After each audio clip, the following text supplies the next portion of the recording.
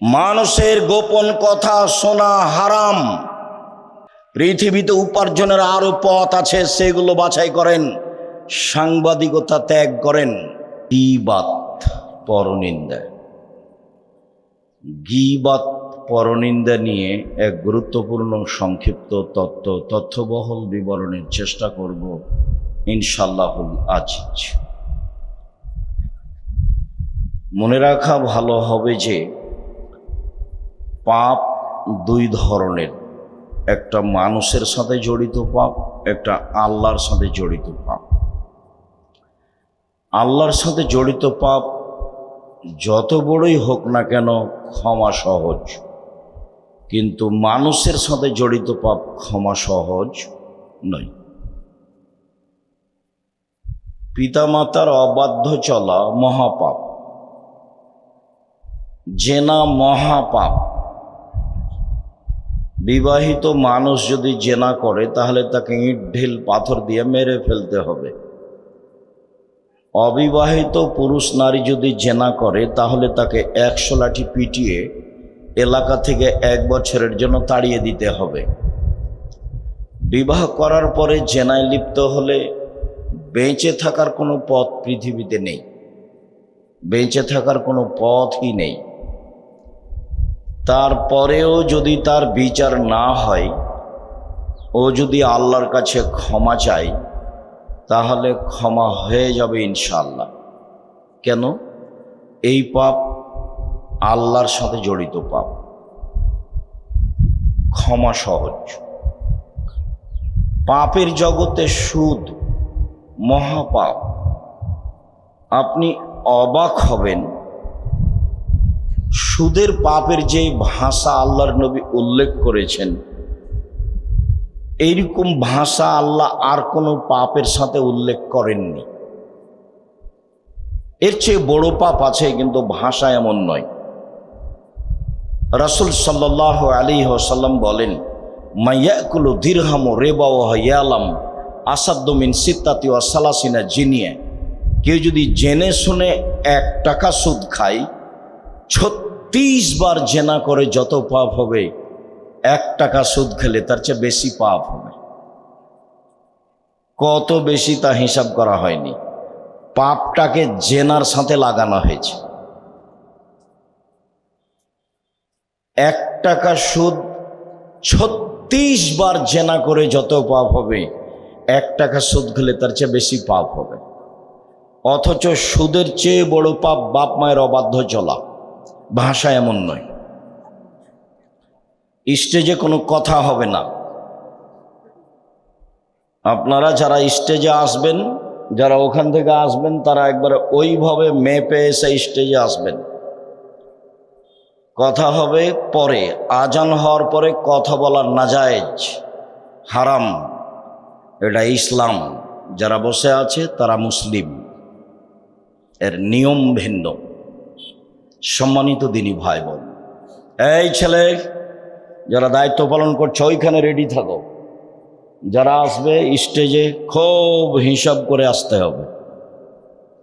সম্মানিত দিনী ভাই বোন, রাসূল সাল্লাল্লাহু আলাইহি সাল্লাম বলেন, আর রিবা সাবুনা জুজান আইসারু আইন কর রজুল উম্মাহু। সুদের পাপের 70টা ভাগ রয়েছে। তার ছোট ভাগ হলো মার সাথে জেনা করলে যেমন পাপ হয়। নেন, শিরক মহাপাপ। ভাষা এমন নয়। বাপ মায়ের অবাধ্য চলা পৃথিবীর 2য় মহাপাপ। ভাষা এমন নয়।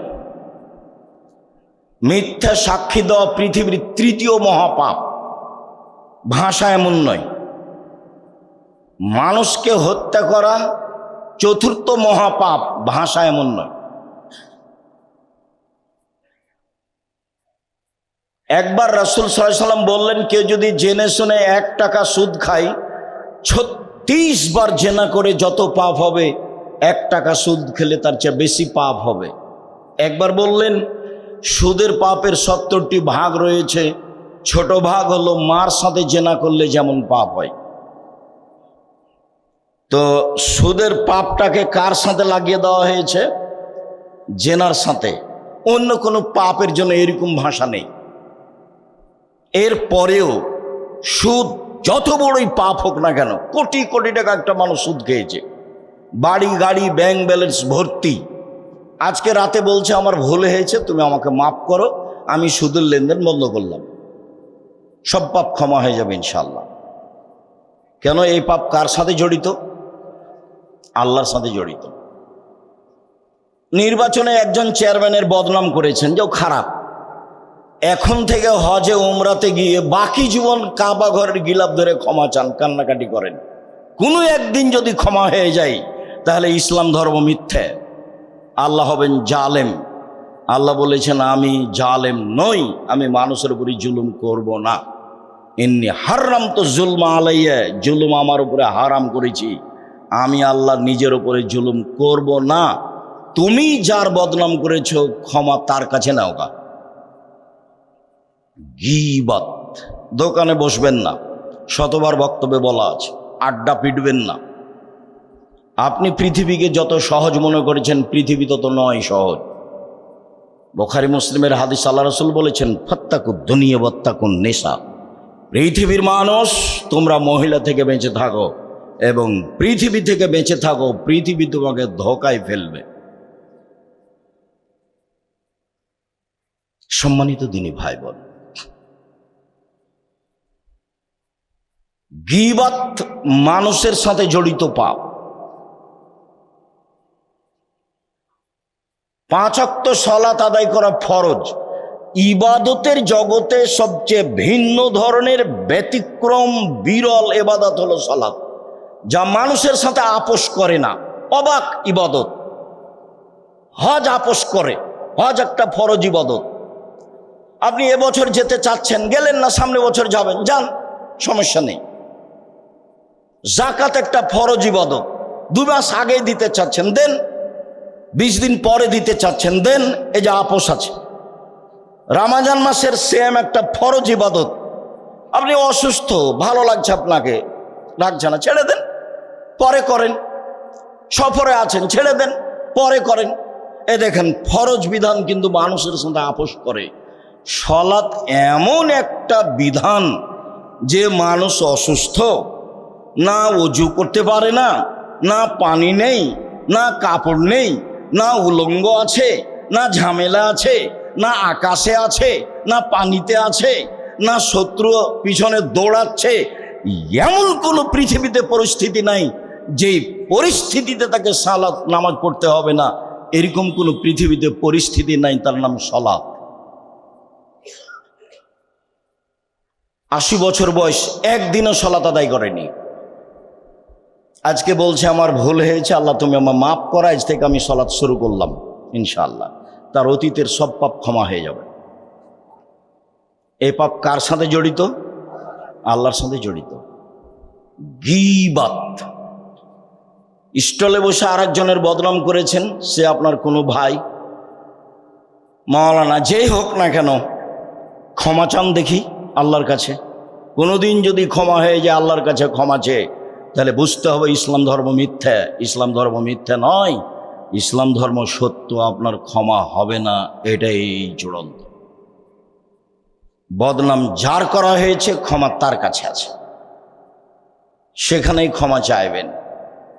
জীবনে কত ক্ষমা চাইবেন? এই জন্য রাসূল সাল্লাল্লাহু আলাইহি ওয়াসাল্লাম বলেছেন মুখখান কন্ট্রোল রাখো, বেঁচে যাওয়া। আসছে একটু পরে। সম্মানিত দিনী ভাই বোন, আজকের আলোচনা গীবত, পরনিন্দা, মানুষের সাথে জড়িত পাপ। মহান আল্লাহ বলেন ওয়াইলুল্লি কুল্লি হুমাজাতিল লুমাজা, সামনেও পিছনে বদনাম করে যারা, ওয়াইল নামক জাহান্নামে যাবে তারা। সিদ্ধান্ত আগেই। সামনেও পিছনে গীবত করে যারা, জাহান্নামে যাবে তারা।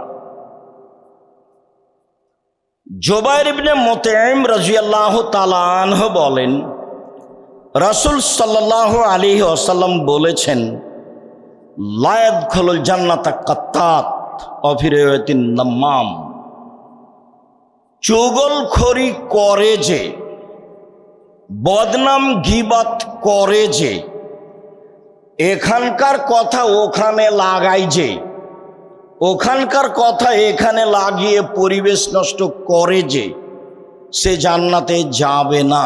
বুখারী মুসলিম, লা ইয়াদখুলুল জান্নাত, জান্নাতে যাবে না। এ কথা আমি বলিনি, এ কথা মুহাম্মদ সাল্লাল্লাহু আলাইহি সাল্লাম বলেছেন। আপনাকে আমাকে তিতা লাগলে কিছু আসে যায় না, কথা এটাই চূড়ান্ত। গীবত, মহান আল্লাহ বলেন, ইয়া আইয়ুহাল্লাযীনা আমানু ইজতানিবু কাসীরাম মিনায-যন ইন্না বা'যায-যন্নি ইসম। পৃথিবীর মানুষ, তোমরা মানুষের উপরে ধারণা করা থেকে বেঁচে থাকো। নিশ্চয় কিছু ধারণায় পাপ হয়, ধারণা করবেন না। ও মনে হয় এটা বলেছে, ও এটা মনে হয় করেছে, ধারণা করবেন না। রাসূল সাল্লাল্লাহু আলাইহি সাল্লাম বলছেন, শোনো, তিনজন মানুষ সফরে গেলে দুইজন মিলে আপসে কথা বলো না। কথা বললে তিনজন মিলেই বলিও। কেন? দুইজন মিলে কথা বললে তৃতীয় জন ভাববে আমার বিষয়ে মনে হয় বলছে, তখন একটু কান লাগিয়ে শোনার চেষ্টা করবে, ও বিপাকে পড়ে যাবে। কাজেই সফরে তিনজন মিলেই কথা বলিও, দুইজন মিলে কোনো কথা আপসে বলিও না, ধারণা খারাপ হবে। রাসূল সাল্লাল্লাহু আলাইহি সাল্লাম বাড়ি থেকে বের হয়ে বলতেন সঙ্গী সাথী, শোনো, কারো ব্যাপারে আমার কাছে খারাপ ধারণা দিও না, আমার সামনে বলিও না যে অমুক খারাপ। তোমার বলাতে তখন আমার ধারণাটা তার উপরে খারাপ হয়ে যাবে। কয়েকবার বললে মনে হবে যে মিথ্যাটাই সত্য, মিথ্যাই সত্য হয়ে যাবে।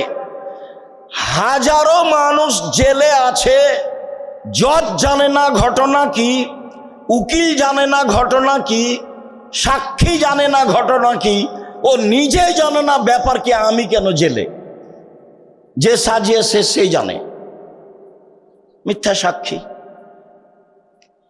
ওকে বলেছে 50,000 টাকা দিব, তুই বলবি যে আমি দুই চোখে মারতে দেখেছি, বাস টাকা পেয়েছে। ও বলেছে আমি দুই চোখে মারতে দেখেছি। যার কথা বলছে ও তো সেদিন নারায়ণগঞ্জেই ছিল না। সম্মানিত দিনী ভাই বোন, মহান আল্লাহ বলেন, ওয়ালা তাজাসসু, পৃথিবীর মানুষ, তোমরা মানুষের দোষ ত্রুটি উদ্ঘাটন করো না। আবু হুরায়রা রাদিয়াল্লাহু তাআলা আনহু বলেন, রাসূল সাল্লাল্লাহু আলাইহি ওয়াসাল্লাম বলেছেন, ইয়াকুমুয যান্না ফাইন্না যান্না আকদাবুল হাদিস। পৃথিবীর মানুষ, তোমরা ধারণা করা থেকে বেঁচে থাকো, ধারণাই সবচেয়ে বড় মিথ্যা। আল্লাহর নবী একদা বলেন, সবচেয়ে বড় পাপ হলো আল্লাহর সাথে শিরক করা, দ্বিতীয় মহাপাপ হলো উকুকুল ওয়ালিদাইন, পিতামাতার অবাধ্য চলা, তৃতীয় মহাপাপ হলো কওলুজ জুরি, মিথ্যা কথা বলা। আর এখানে আল্লাহ রাসূল বলছেন ধারণাই সবচেয়ে বড় মিথ্যা। মিথ্যা কথা হলো পৃথিবীর তৃতীয় মহাপাপ, মিথ্যা কথা পৃথিবীর তৃতীয় মহাপাপ। অত্র বুখারী মুসলিমের হাদিসে রাসূল সাল্লাল্লাহু আলাইহি সাল্লাম বলেন, ধারণাই সবচেয়ে বড় মিথ্যা। তারপরে তিনি বলেন, ওয়ালা তাহাসসু, পৃথিবীর মানুষ, তোমরা মানুষের গোপন কথা কান লাগিয়ে শোনো না। ওরা দুইজন কি বলছে এটা শোনার চেষ্টা করিও না। ওরা স্বামী স্ত্রী কি বলছে এটা শোনার চেষ্টা করিও না। কেউ যদি কারো গোপন কথা শোনার চেষ্টা করে, তাহলে মুসলিম গ্রন্থে এসেছে বিচার মাঠে তামাকে জাহান্নামের আগুনে গলিয়ে তার কানে ঢেলে দেওয়া হবে। মানুষের গোপন কথা শোনা হারাম, মানুষের গোপন কথা শোনা কাবিরা গুনাহ। ওয়ালা তাজাসসু, পৃথিবীর মানুষ, তোমরা মানুষের দোষ ত্রুটি উদ্ঘাটন করো না। মানুষের দোষ ত্রুটি উদ্ঘাটন করা নাজায়েজ, হারাম। 40 বছর পরে আগে একটা মানুষ কি করেছে, আজকে সেটা আপনি পেপার পত্রিকায় লিখছেন, সাংবাদিক তলিয়ে তলিয়ে মানুষের দোষ ত্রুটি জিজ্ঞাসা করে পেপার পত্রিকায় লিখছে, কারো জানা নাই বিষয়টি কত কঠিন। আমি বলেছি, জনাব, পৃথিবীতে উপার্জনের আরো পথ আছে, সেগুলো বাছাই করেন, সাংবাদিকতা ত্যাগ করেন। শুনুন, দোষ ত্রুটি উদ্ঘাটন করা হারাম। আল্লাহর নবী বলেন, মান সাতারা মুসলিমান সাতারাহুল্লাহু ফিদ দুনিয়া ওয়াল আখিরা। কেউ যদি কারো দোষ ত্রুটি ঢেকে রাখে, আল্লাহ তাআলা তার দোষ ত্রুটি ইহকালে ও পরকালে ঢেকে রাখবেন। বুখারী মুসলিম। মুসলমান হিসাবে আপনার জরুরি উচিত আপনার শত্রুর দোষ ত্রুটি ঢেকে রাখবেন। শত্রুর দোষ ত্রুটি বলতে ভালো লাগে, মিঠা মিঠা লাগে। অল্প দিন বাঁচতে এসে ক্ষতিগ্রস্ত হয়ে বাঁচতে চাইয়েন না, লাভ নেই। আমি বলিনি এ কথা নয়, আমি বলেছি। আসলে কি দাঁড়াবেন? তো হাসছে, চুপ আছে। তা আমি বলছি, অল্প দিন বাঁচতে এসে পরকাল হারাতে আমি রাজি নই। রাসূলের যেটা সিদ্ধান্ত সেটাই হবে, যা হবে হবে। অল্প দিন বাঁচতে এসে পরকাল হারাতে আমি আব্দুর রাজ্জাক বিন ইউসুফ রাজি নই। জাতির যদি রাস্তাঘাট করে দিতে না পারি, জাতির যদি স্কুল কলেজ করে দিতে না পারি, জাতিকে চূড়ান্ত সঠিক ধর্ম দিতে পারবো ইনশাআল্লাহ। ধর্মের ব্যাপারে জাতিকে ফাঁকি দিয়ে পরকাল হারাতে রাজি নই। সম্মানিত দিনী ভাই বোন, একটু আপনাকে বাস্তব দেখাই। বিচারের মাঠে আল্লাহ তাআলা একজন মানুষকে নিয়ে আসবেন, নিয়ে এসে তাকে তার বাহু দিয়ে অন্তরাল আড় করে নেবেন। আমার দিকে দেখেন। আড় করে নিয়ে তার আমলনামাকে তার সামনে তুলে ধরবেন। আমলনামা তুলে ধরে বলবেন, দেখো তো, আল্লাহ বলবেন ব্যক্তিকে, এই পাপগুলো কি তোমার? জি আমার। তুমি কি মনে করো যে আমার ফেরেশতারা অন্যায় লিখেছে? জি না, আমি মনে করি না যে অন্যায় লিখেছে। তুমি কি আমাকে কিছু বলতে চাও? জি না, আমি আপনাকে কিছু বলতে চাই না। কে কাকে বলছে বলেন তো দেখি? আল্লাহ বলছেন ব্যক্তিকে। এরপরে বলছেন, দেখো, তোমার একটা স্বভাব ছিল মানুষের দোষ ত্রুটি ঢেকে রাখা। তুমি মানুষের দোষ ত্রুটি ঢেকে রাখতে পারো, আমি আল্লাহ তোমার পাপ ঢেকে রাখতে পারি না। যাও, তোমার বিচার হবে না, জান্নাতে যাও। ই দিয়ে বুঝায় আপনাকে আমি ইসলাম কি জিনিস, কি দিয়ে বুঝায় আপনাকে আমি বদনাম গীবাত কি জিনিস, কি দিয়ে বুঝায় আপনাকে মানুষের দোষ ত্রুটি ঢেকে রাখা কি জিনিস, যা মানুষের জরুরি জিম্মেদারি। যারা মানুষের দোষ ত্রুটি উদ্ঘাটন করে তারা মুমিন নয়। লাইসাল মুমিন বিত্তান, নিন্দা করে যে সে মুসলিম নয়। ওয়ালা বিল্লান, অভিশাপ করে যে সে মুসলিম নয়। ওয়ালাল ফাহিশ, অশ্লীল কথা মুখে যে বলে সে মুমিন নয়। ওয়ালাল বজি, কর্কশ ভাষা ব্যবহার করে এবং বদনাম গীবাত করে যে সে মুমিন নয়। और তাহাজ্জুদ পড়ে কোনো লাভ নেই, और সিয়াম থেকে কোনো লাভ নেই। রাসূল সাল্লাল্লাহু আলাইহি ওয়াসাল্লাম বলেন, কাম মিন সাইমিন লাইসা লাহু সিয়াম ইল্লা জামা। বহু মানুষ সিয়াম থাকে, রোজা থাকে, ও পিপাসিত থাকে মাত্র, কিছুই নাই তার, এক নেকিও হবে না। কাম মিন কাইমিন, বহু মানুষ তাহাজ্জুদ পড়ে, লাইসা লাহু মিন কিয়ামিহি ইল্লা সাহার, তার তাহাজ্জুদ হয় না, মাত্র রাত জাগে, মাত্র এই যা। সম্মানিত দিনী ভাই বোন, আজকের পরে সিদ্ধান্ত পরিবর্তন করতে হবে। অল্প দিন বাঁচতে এসে দুনিয়াবি সুবিধা ভোগ করে মানুষের ক্ষতি করে বাঁচতে রাজি নয়। যা হবে হবে। আবু হুরায়রা রাদিয়াল্লাহু তাআলা আনহু বলেন, রাসূল সাল্লাল্লাহু আলাইহি সাল্লাম বলেছেন, পৃথিবীর মানুষ শুনে রেখো, মাইয়াজমাল্লি মা বাইনা লাহিয়াইহি ওয়া মা বাইনা রিজলাইহি আজমালাহুল জান্নাহ। তোমরা যদি মুখের জিম্মেদারি নিতে পারো, লজ্জা স্থানের জিম্মেদারি নিতে পারো, তাহলে আমি তোমাদেরকে জান্নাতে নিয়ে যাওয়ার জন্য জিম্মেদারি নিলাম। কিভাবে তোমাকে জান্নাতে নিয়ে যাবো সেটা আমার ব্যাপার। উনি এরকম চ্যালেঞ্জের কথা তার চাচাকেও বলেছিলেন। তার চাচাকে বলেছিলেন, চাচা শুধু লা ইলাহা ইল্লাল্লাহ বলেন, বাকিটুকু বিচারের মাঠে দেখে নিব। শুধু লা ইলাহা ইল্লাল্লাহ বলেন, বাকিটুকু বিচারের মাঠে দেখব। লা ইলাহা ইল্লাল্লাহ না বললে আমার দেখার কোনো পথঘাট থাকবে না।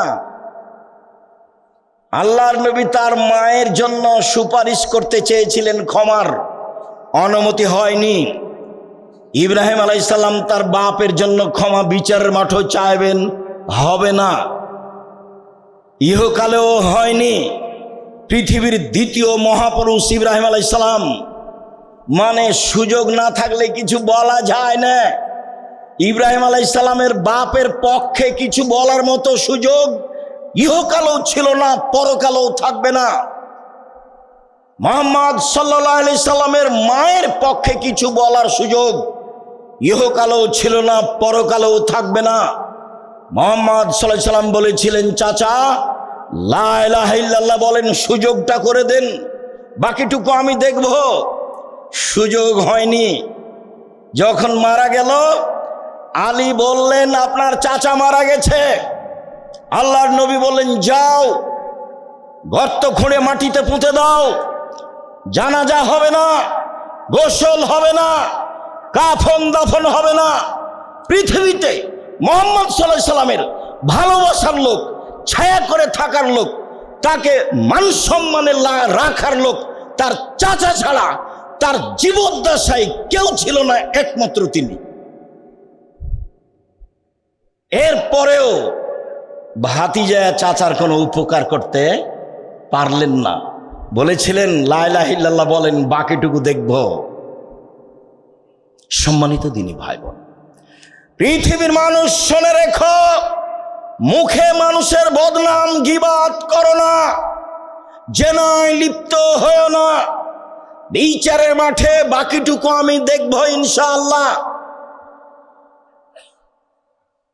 উকবা ইবনে আমির রাদিয়াল্লাহু তাআলা আনহু বলেন, রাসূল সাল্লাল্লাহু আলাইহি সাল্লামকে জিজ্ঞাসা করা হলো, মান নাজাত, বাঁচার পথ কি? কি করে জাহান্নাম থেকে বাঁচা যাবে?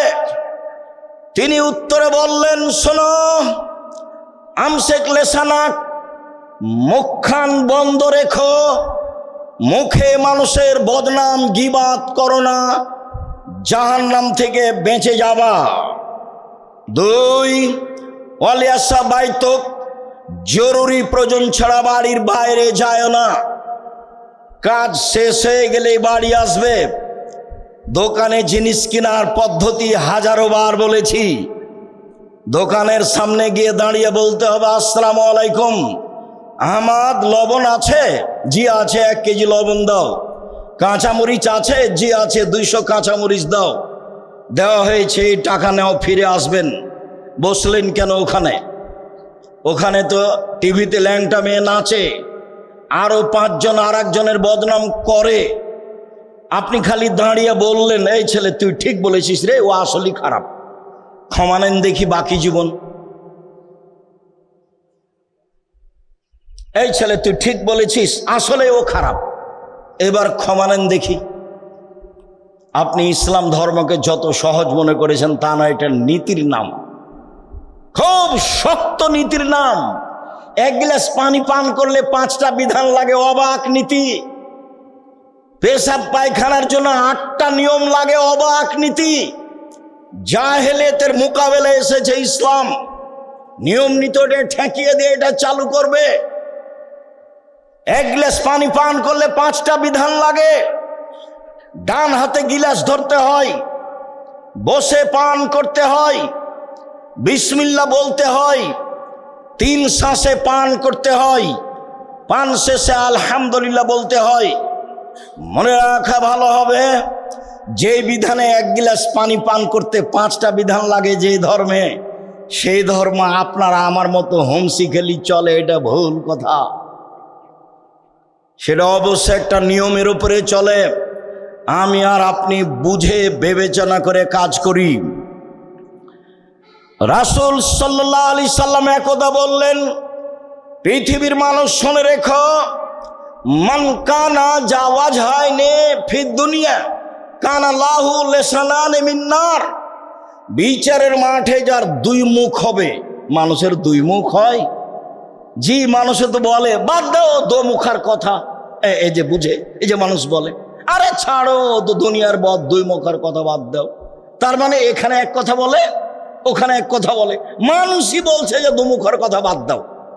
তো রাসূল সাল্লাল্লাহু আলাইহি সাল্লাম বলছেন, দুনিয়াতে যার 2টা মুখ হবে, বিচারে তার মুখে আগুনের 2টা জিহ্বা হবে, লিসানান মিন নার, আগুনের 2টা জিহ্বা হবে, আগুনের। মানুষের বদনাম করে কি করবেন? অল্প সুবিধা ভোগ করে কি করবেন? কেন অল্প সুবিধা ভোগ করতে যান? কেন মাথায় এটা আসে? সম্মানিত দিনী ভাই বোন, আবু হুরায়রা রাদিয়াল্লাহু তাআলা আনহু বলেন, রাসূল সাল্লাল্লাহু আলাইহি সাল্লাম বলেছেন,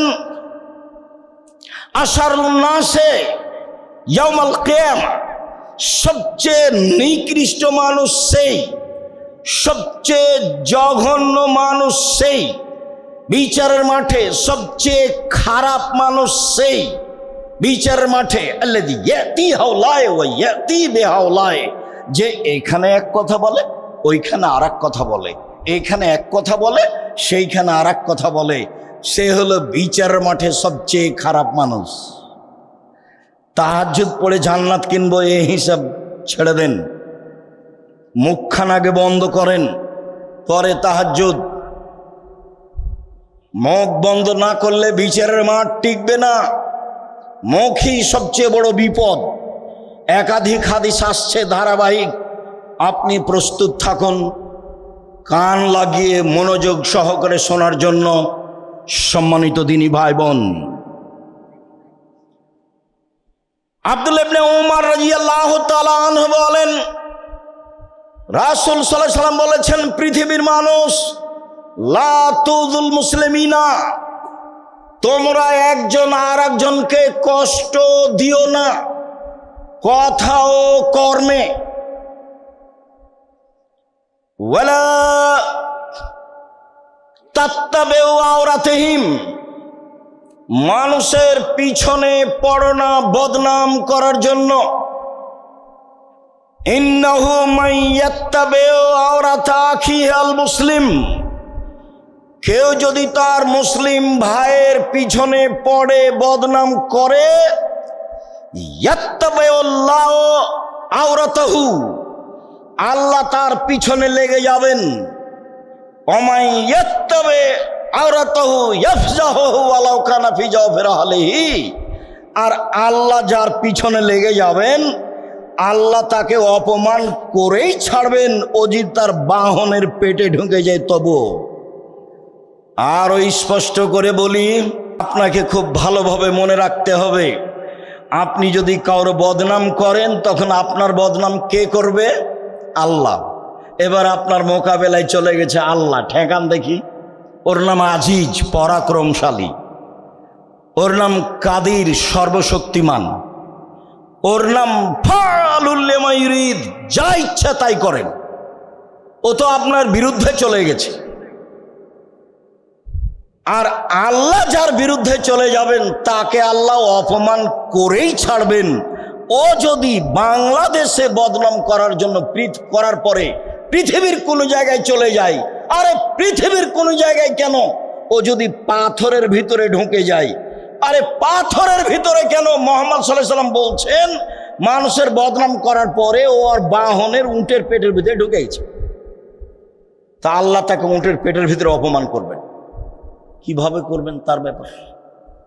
তো এটা তো আল্লাহ রসুল শক্ত করে বলেছেন, মানুষ কি আসলে উটের পেটের ভিতরে ঢুকতে পারবে?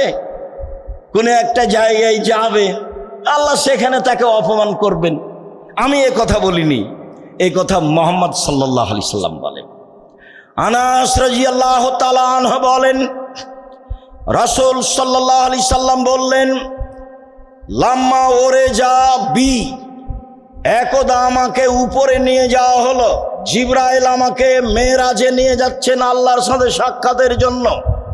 হঠাৎ দেখি অনেক মানুষ, লাহুম আজফার মিন নুহাস, তাদের বড় বড় নখ রয়েছে হাতে, তামার লম্বা লম্বা নখ। একমেসুনা ওজুহাহুম, তারা নিজেরাই নিজের নখ দিয়ে মুখমণ্ডল খামচাচ্ছে। অসদুরাহুম, বুককে খামচে গোস্ত তুলে ফেলছে। আমি বললাম, জিবরাইল মান হাওলায়ে, জিবরাইল বলতে এরা কে? একই কথা, এদের নখ কেন এত বড়? এরা কেন নিজের মুখের গোস্ত নিজেই খামচিয়ে তুলছে? এরা কেনই বা এইভাবে বুককে খামচিয়ে তুলছে? আল্লাহ রসুল বললেন এই কথা। তখন জিবরাইল উত্তরে বললেন, হাওলাই আল্লাযীনা ইয়াকুরাজুন নাস, এরা হচ্ছে ওরা যারা মানুষের বদনাম করত। হলো, বেঁচে থাকেন, বদনাম করে আপনি সুবিধা ভোগ করতে যায়েন না। উপার্জনের পথ চারটে, দিন রাত বলছি। একটা হলো দিন মজুরি, গ্রহণ করেন, কারো পিছনে পড়তে হবে না। 2, চাকরি, যে কোনো চাকরি বৈধ, গ্রহণ করেন। 3, জমি চাষ, বেগুন চাষ করেন। 4, ব্যবসা। তখন রাসূল সাল্লাল্লাহু আলাইহি সাল্লাম বলছেন, পৃথিবীর মানুষ শুনে রাখো, সত্যবাদী বিশ্বস্ত ব্যবসায়ীরা বিচারের মাঠে নবীগণের সাথে থাকবেন। আবার অবাক ইনকাম, অবাক, ইব্রাহিম আলাইহিস সালামের সাথে থাকতে পাবেন। বাদাম বিক্রি করলে তবে সত্য হতে হবে। বিদেশ থেকে মাল নিয়ে এসে ব্যবসা করলেও তবে বৈধ হতে হবে জিনিস, তারপরে যা হবে হবে। উপার্জনের সবচেয়ে উত্তম পথ ব্যবসা। আল্লাহ রসুল নিজে করতেন, এটাকে তিনি পছন্দ করেছেন। দিন মজুরের ব্যাপারে বলেছেন, দিন মজুর টাকা দিয়ে দাও, টাকা দিয়ে দাও, টাকা দিয়ে দাও, গায়ের ঘাম শুকানোর পূর্বে দিয়ে দাও, দিয়ে দাও, দিয়ে দাও। চাকরি, এই সাবধান, যেই টাকা বেতন নির্ধারিত করা হয়েছে তার যদি 10 টাকা, 5 টাকা, 1 টাকা বেশি করো কোনো রকম করে, তাহলে এটা হবে আত্মসাৎ। মানে ঘুষ চিরদিনের জন্য বন্ধ, চিরদিনের জন্য আত্মসাৎ হারাম। 10 টাকা বেতন পায়, 10 টাকায় তার রুজি। তারপরে বলছেন জমি চাষ, না, জমি চাষে মানুষের অন্তর শক্ত হয়ে যায়, মানুষ ভীরু হয়ে যায়, পছন্দ করলেন না। তারপরে যখন বললেন ব্যবসা, তখন বললেন নবীগণের সাথে থাকতে পাবে। সম্মানিত দিনী ভাই বোন, মানুষের বদনাম করে অল্প সুবিধা ভোগ করতে যায় না, এভাবে আসেন, ভালো হবে। আল্লাহ তুমি আমাদেরকে বুঝে আমল করার তৌফিক দান করো। আল্লাহুম্মা সাল্লি আলাইহি আল্লাহ মুবারক।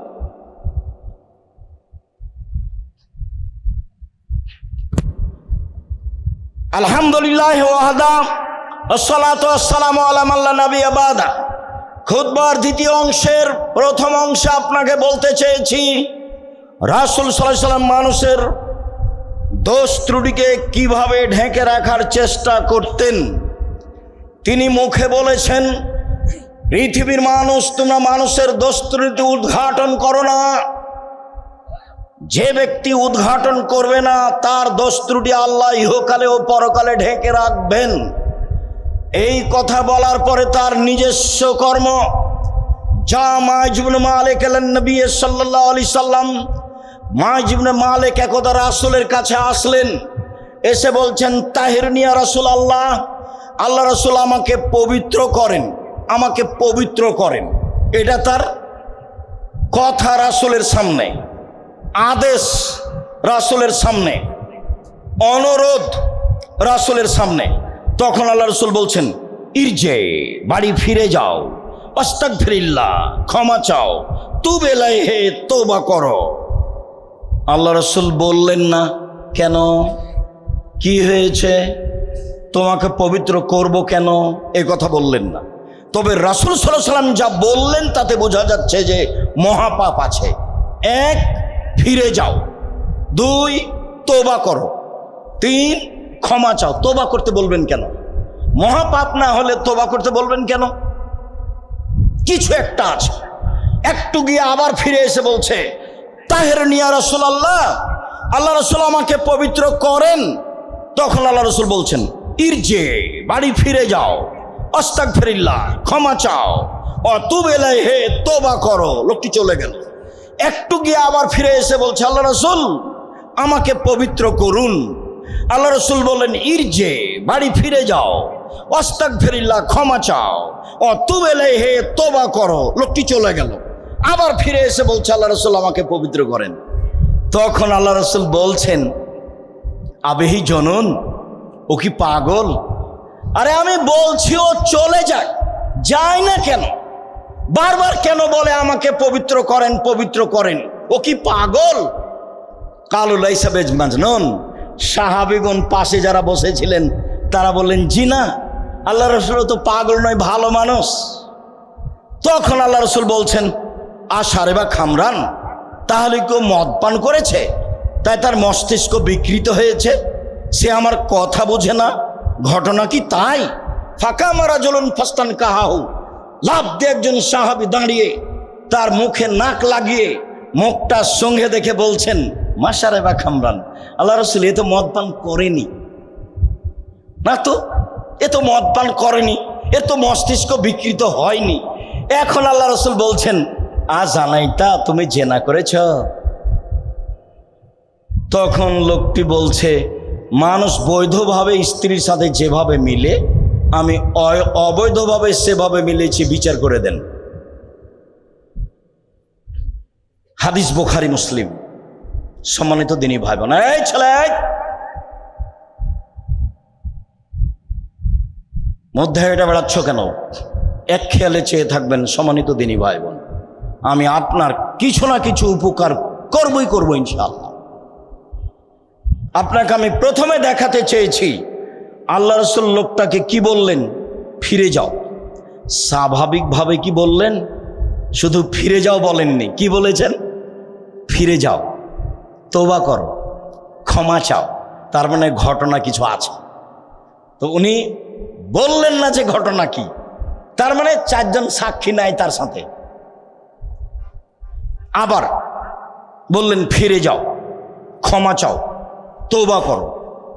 আবার বললেন ফিরে যাও, ক্ষমা চাও, তওবা করো।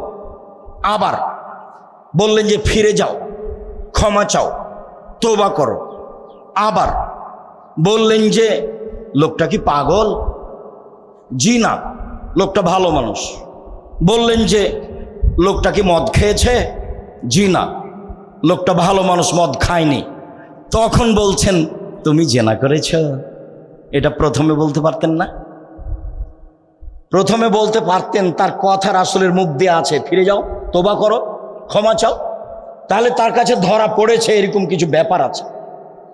কিন্তু সাক্ষী ছিল না, যার জন্য তিনি কিছু বলছেন না। সম্মানিত দিনী ভাই বোন,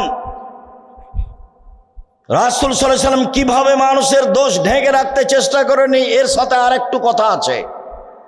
ইনি মাইজ ইবনে মালিক গরিব মানুষ, ধনী মানুষের বাড়িতে কাজ করতেন। তার নাম হাজ্জাল বা হুজ্জাল। যাক, কথা প্রকাশ হয়ে গেছে, বিচার হয়ে গেছে, ইট ঢেল পাথর দিয়ে মারা শেষ, কথা শেষ। কোনো একদিন আল্লাহর নবী রাস্তা দিয়ে হেঁটে যাচ্ছেন, আর হুজ্জাল আসছেন, মুখামুখি দেখা।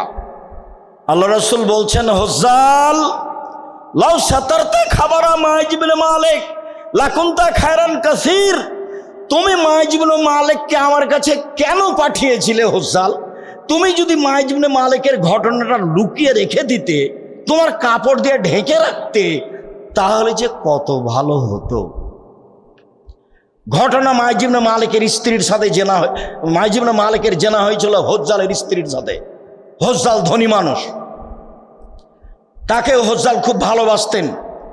নিরুপায় হয়ে হুজ্জাল বলেছিলেন, যাও রাসূলের কাছে গিয়ে পরামর্শ নাও, দেখো তিনি কি বলেন। ভালো আশায় পরামর্শ নিতে এসেছিল, কিন্তু আল্লাহ রসুল চেষ্টা করে তার দোষ ঢেকে রাখতে পারেননি। শেষ পর্যন্ত বিচার হয়েই গেছে।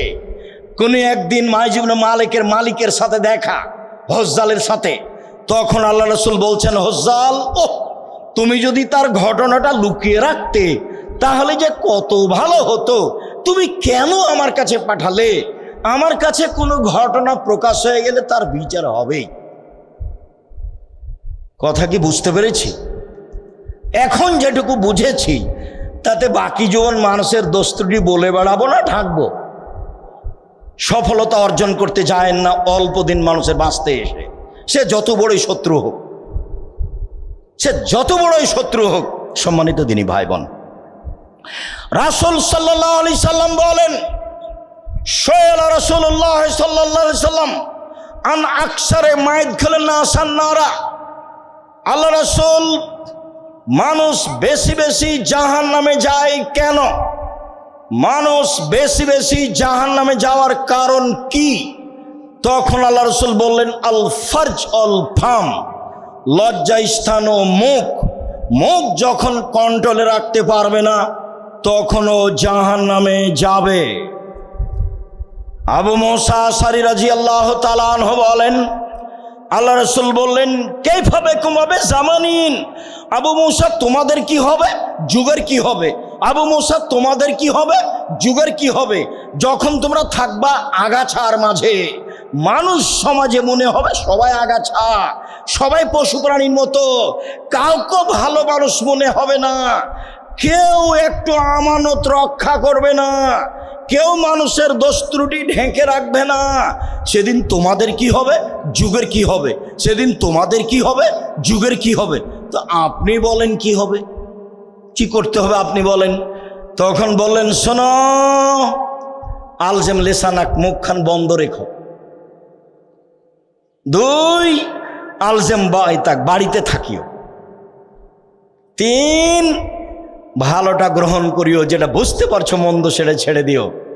তখন সাহাবীগণ বলছেন, আল্লাহর নবী, আমি বাড়িতেই থাকলাম, কেউ যদি আমার বাড়িতে এসে অন্যায় করতে চায়, আমাকে মারতে চায়, তাহলে কি আমি মুখ খুলবো না?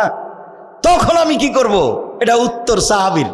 তখন আল্লাহ রাসূল বলছেন, শোনো, ওই সময় আদমের 2 ছেলের ভালোটার মতো হবা। বুঝতে পারলেন কথা? আদমের 2 ছেলের ভালোটার মতো হবা। আদমের 2 ছেলের একজন বলল, কাবিল, এই হাবিল, তোকে আমি মারবো। তখন হাবিল বলছে যে, তুমি মারো মারো, আমি তোমাকে মারবো না। আপনি এখন কি করবেন? তুমি বদনাম করো করো, আমি তোমার বদনাম করব না।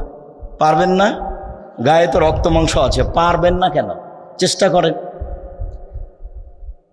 আমার জীবনে বড় 2টা ত্যাগ। আমি আমার নিজের কথা বলছি, আমার জীবনে আমি কোনোদিন মানুষের বদনাম করব না, এটা আমার ত্যাগ। যা হবে হবে ইনশাআল্লাহ, প্রতিশোধ নিব না। কেউ যদি ধুয়ে ছেড়ে দেয় উল্টা কিছু বলে, আমি মুখ খুলব না, এটা আমার জীবনের ত্যাগ। এবং ও আমাকে পিছনে নিয়ে যেতে পারবে না, তার পিছনে নিয়ে যাওয়ার কোনো পথ নাই। আমাকে পিছনে নিয়ে যাওয়ার জন্য একজনের হাত আছে, যিনি উপরে আছে। 1 মিনিটের জন্য মানুষের কাছে আমি সম্মান চাইনি।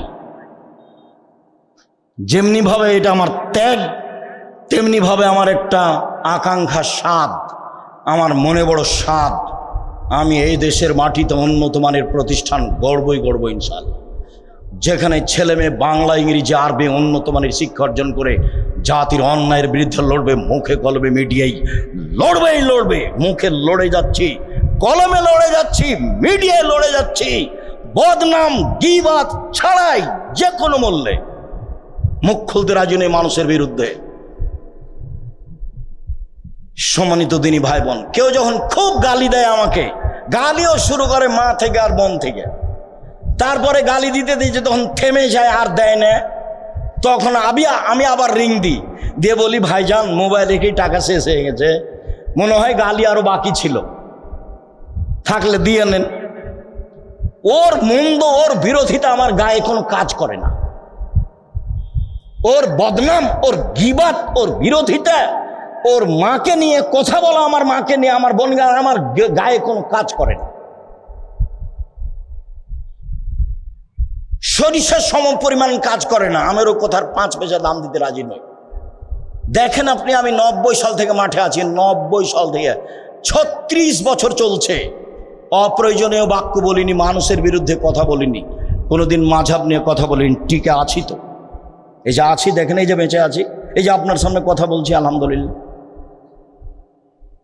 দোকানে বসি না, চায়ের স্টলে যায় না, এই যে বেঁচে আছি দেখেন তো, আছি তো, ভালোই তো আছি মনে হচ্ছে।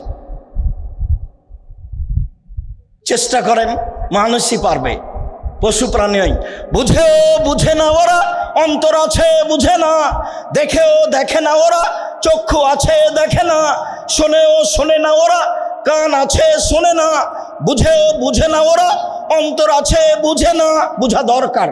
দেখেও দেখে না ওরা, চক্ষু আছে দেখে না, দেখা দরকার। শোনেও শোনে না ওরা, কান আছে শোনে না, শোনা দরকার।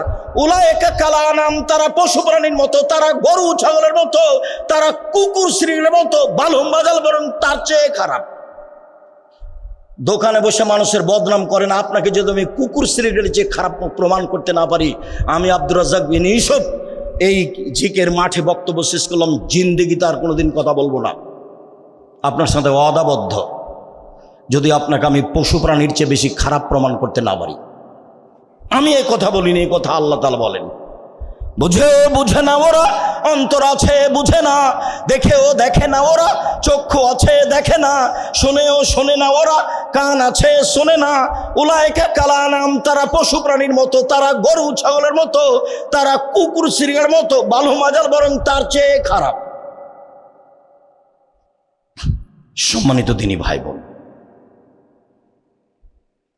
চেষ্টা করব, চেষ্টা করে যাচ্ছি, স্বাদের কথাটাও বলে যাচ্ছি। স্বাদ 2013 সালের 24 আগস্ট রোজ মঙ্গলবার সকালে 11টার সময় আপনার বাড়ির পাশে হাঁটাবো, বীর হাঁটাবো, রূপগঞ্জ, নারায়ণগঞ্জ, ঢাকা, কাঁঠাল গাছের নিচে বলেছিলাম আমার হাতে টাকা নাই, এই কথা সত্য, এখানে প্রতিষ্ঠান গড়বে, এই কথা সত্য, ইনশাল্লাহ গড়বেই গড়বে। কিভাবে গড়বে তা আমার জানা নাই। প্রায় 100 বিঘা জমির উপরে, যে দেখে আসেন, দেখেন না কেন? আপনার নিজস্ব সম্পদ, আপনার নিজস্ব সম্পদ। আমার উপরে সংকীর্ণতা থাকলে ভুল আপনার, আপনার ব্যাপার আমার কোনো সংকীর্তনা নেই। আপনি আমাকে গালি দিয়েছেন না, মন্দ বলেছেন, সে বিবেচনা আমি করি না। এই যে একটু আগে বললাম, ওই বিবেচনা আমি করি না, আমার করার প্রয়োজন নেই। আপনি আমাকে কি বলেছেন সে বিবেচনা আমি করি না, আপনার ওই কথার বিবেচনার করার আমার প্রয়োজন নেই। সম্মান কার হাতে আছে? উপরে আছে, এটা আমার দৃঢ় বিশ্বাস। উনি যাকে দিবেন তার সফলতা হবেই।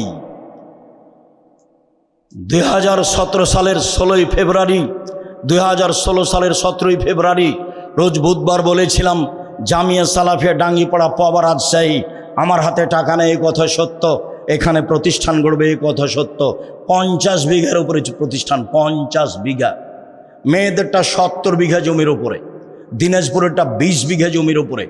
5000-এর বেশি ছেলে মেয়ে পড়াশোনা করে, 519 জন ইয়াতীম অসহায় রয়েছে, প্রায় 45 লক্ষ টাকা বেতন লাগে। দেশের সবচেয়ে বড় প্রতিষ্ঠান জামিয়া সালাফিয়া, দেশের শিরক মুক্ত প্রতিষ্ঠান জামিয়া সালাফিয়া, দেশের বিদআত মুক্ত প্রতিষ্ঠান জামিয়া সালাফিয়া, দেশের দল মুক্ত প্রতিষ্ঠান জামিয়া সালাফিয়া, দেশের সংগঠন মুক্ত প্রতিষ্ঠান জামিয়া সালাফিয়া, দেশের দল মুক্ত প্রতিষ্ঠান জামিয়া সালাফিয়া, দেশের সংগঠন মুক্ত প্রতিষ্ঠান জামিয়া সালাফিয়া, দেশের হিংসা মুক্ত প্রতিষ্ঠান জামিয়া সালাফিয়া, দেশের সর্ববৃহৎ প্রতিষ্ঠান জামিয়া সালাফিয়া। আলহামদুলিল্লাহ, 100 জন শিক্ষক এক জায়গাতে বসে থাকলে কেউ কারো বিরুদ্ধে মুখ খুলতে পারবে না। দেশের সরকারি অনুদান দিয়ে জামিয়া সালাফিয়া চলে না, বিত্তশালী দিয়ে চলে না, রসিদ বহি বাহিরে ব্যবহার হয় না। কথা প্রসঙ্গে বললাম, আমার মনে বড় স্বাদ, আমার মনে বড় ত্যাগ, আমি মানুষের বদনাম করব না। আমার মনে বড় ত্যাগ, আমি মানুষের প্রতিশোধ নিব না, যা হবে হবে। কি হবে? করোনার 5 পয়সা দাম দিনি, 5 পয়সা দাম দিনি, আপনি মনে কিছু নেবেন না, আপনাকে আমি আগ্রহী করার জন্য বলছি। ওই ছেলের বাপকে আমি দেখতে গেছি ঢাকা মেডিকেলে, ভাই বোন আমাকে বলছে, ওরা বড় বড় উচ্চ শিক্ষিত, হুজুর ভিতরে আসবেন না, ভিতরে আসবেন না, হুজুর ভিতরে আসবেন না, এরকম করছে। আরে শোনো, তোমার আব্বার গায়ে হাত দিয়ে দোয়া পড়ে যাব, যদি মরে যায় আমাকে যদি করোনা হয়, আমি বলবো না তোমার বাপের কারণে করোনা হয়েছে। পৃথিবী সৃষ্টির 50,000 বছর পূর্বে যদি আমার নামে করোনা হয়ে লেখা হয়ে থাকে, আজকে যদি আমি পাথরের মধ্যে ঢুকে থাকি, তবু করোনা আমাকে ধরবেই। আমি ভাগ্যকে এইভাবে বিশ্বাস করি। আমি আব্দুর রাজ্জাক বিন ইউসুফ ভাগ্যকে, ইসলামকে যেভাবে বিশ্বাস করি, সেখান থেকে এক চুল পিছু সরে আসতে রাজি নই। যা হবে হবে। করোনা হবে তাতে কি আছে? পৃথিবী সৃষ্টির 50,000 বছর পূর্বে আমার ভাগ্যে তো লিখাই আছে, সেটা তো হবেই। মরণ, জীবন, রুজি, রোগ ব্যাধি পৃথিবী সৃষ্টির 50,000 বছর পূর্বে লেখা আছে। সঙ্গী সাথী বলতে পারো, শেষের দিকে চলে আসলাম, সঙ্গী সাথী বলতে পারো মানুষকে পিছন দিক থেকে ধাক্কা মেরে জাহান্নামে নিক্ষেপ করে কি? সঙ্গী সাথী বলতে পারো মানুষকে পিছন দিক থেকে ধাক্কা মেরে জাহান্নামে নিক্ষেপ করে কি? সঙ্গী সাথী বলতে পারো মানুষকে পিছন দিক থেকে ধাক্কা মেরে জাহান্নামে নিক্ষেপ করে কি? বলতে বলতেই ফাঁক হাজেলে সানাহু, জিবাটা ধরে নিয়েছেন। দেখেন, জিবাটা ধরে নিয়েছে। জিভা মানুষকে পিছন দিক থেকে ধাক্কা মেরে জাহান্নামে নিক্ষেপ করে। ব্যবহার করবেন না, ভালো কথা ছাড়া মুখ ব্যবহার করিয়েন না। অল্প দিন বাঁচতে এসে এত সুবিধা ভোগ করিয়েন না, এত সুবিধা লাগবে না। ওইরকম কাজ করিয়েন না যে শত্রু যখন বিপদে পড়েছে তখন আপনি বলবেন ঠিক হয়েছে, ঠিক হয়েছে, উচিত হয়েছে, হওয়া উচিত ছিল। বুঝতে হবে আমি বেঈমান, আমার শত্রু বিপদে পড়েছে সেজন্য আমি খুশি।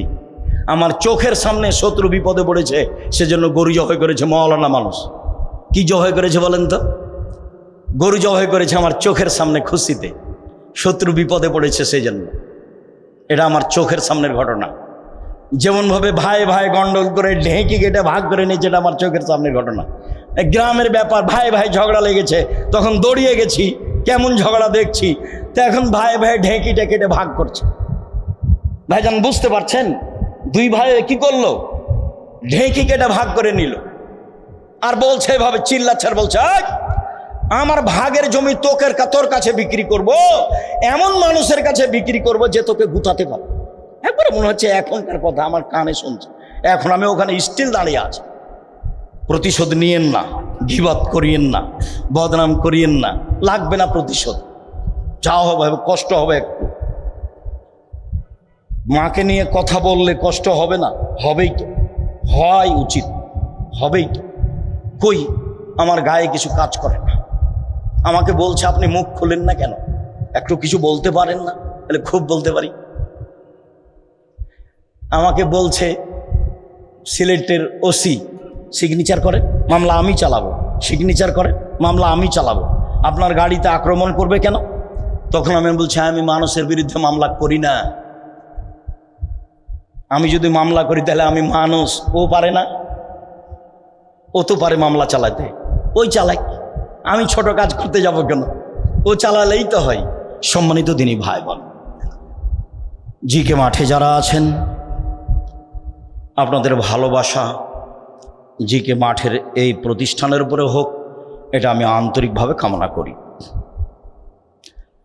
এ ব্যাপারে আমার কিছু কাছে কোনো দুর্বলতা নেই।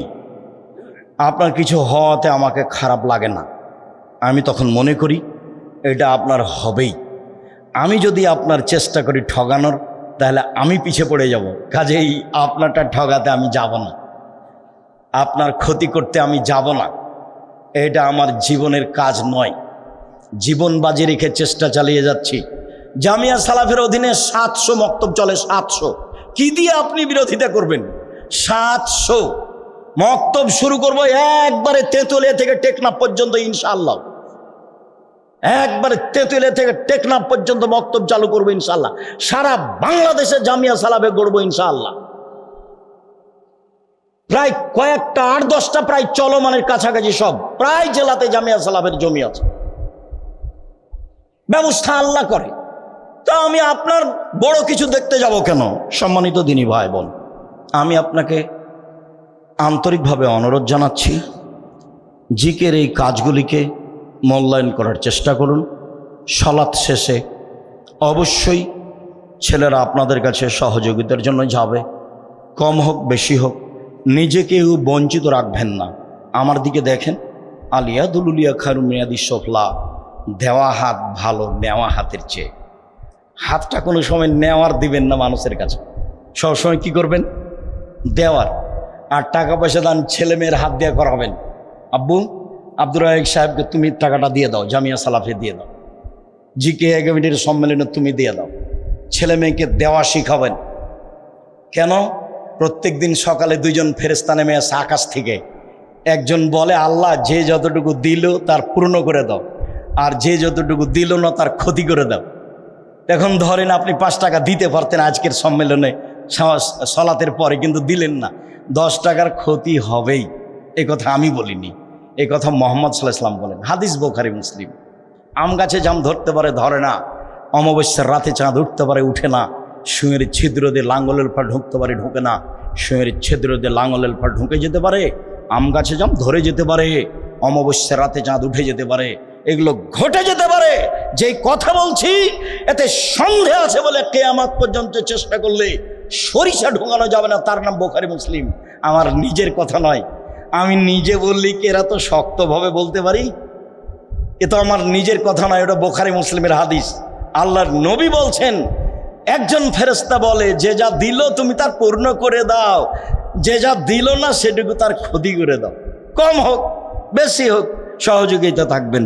খুতবার শেষে এসে সম্মানিত দিনী ভাই বোন, সকল দিনী ভাই বোনকে আন্তরিকভাবে অনুরোধ যে আজ থেকে নিয়ে বাকি জীবন পর্যন্ত বদনাম গীবত বন্ধ।